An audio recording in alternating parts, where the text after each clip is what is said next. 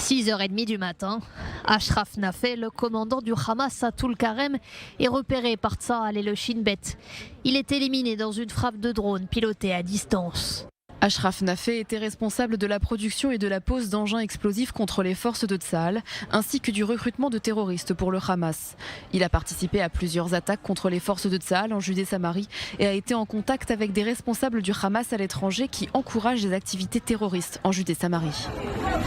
Ce commandant du Hamas faisait partie du top 5 des cibles les plus recherchées par le Shin Bet depuis des mois à Toul-Karem, tout comme Mohamed Awad, aussi éliminé dans ce raid.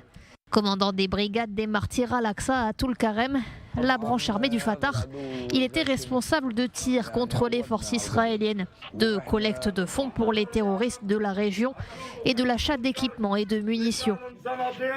Quelques instants avant la frappe, Mohamed Awad apparaît sur ces images. Derrière lui, une femme déguisée en secouriste, un fusil IM-16 à la main. Elle aussi est éliminée. Opération éclair à Toul-Karem, suite d'une série de plus de 50 raids similaires depuis le début de la guerre.